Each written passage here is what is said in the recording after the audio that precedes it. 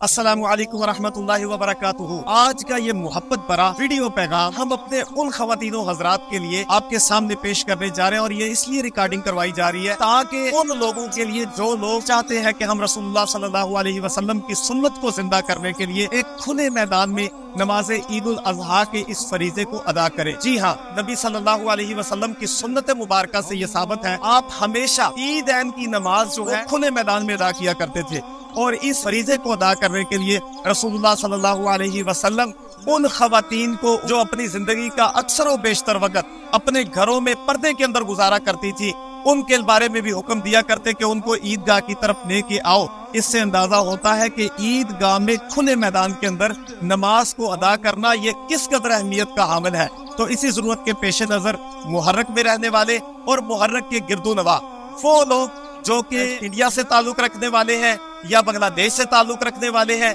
नेपाल से ताल्लुक रखने वाले हो या खुसूसी तौर पे पाकिस्तान से ताल्लुक रखने वाले, यानी वो लोग जो हिंदी को जानते हैं, उर्दू को समझ सकते हैं, उनके लिए एक वसी और अरीज मेरे पीछे आप देख सकते हैं, एक बड़े से पिंडाल का बंदोबस्त किया गया है, जहां पे अल्हम्दुलिल्लाह आपके लिए पानी का बंदोबस्त भी किया गया है, आपके लिए कारपेट का बंदोबस्त भी किया गया है, हर तरह की सहूलत का इस्तेमाल किया गया है, हत्ता कि आपके लिए साहिबां का बंदोबस्त भी यहाँ पे मौजूद है। अगर हो सके तो आप अपनी जाए नमाज भी अपने साथ लेते आइएगा। यहाँ पे खवातीन का भी बंदोबस्त है, यहाँ पे मर्द हजरात का भी बंदोबस्त है, यहाँ पे बच्चों के लिए भी बंदोबस्त है। तो मैं आपको दावत देना चाहता हूँ, जो भी मुहर्रक के रहने वाले हैं वो रसूलुल्लाह सल्लल्लाहु अलैहि वसल्लम से मोहब्बत का अपना जो हमारा दावा और अकीदा है, इसको साबित करने के लिए सारे के सारे गर्मी की शिद्दत के बावजूद हम जो है वो अपनी अकीदत का सबूत देने के लिए इस पिंडाल के अंदर नमाज ईद को सुन्नत के मुताबिक खुले मैदान में अदा करने के लिए तशरीफ लाए। आए हम सारे मिलके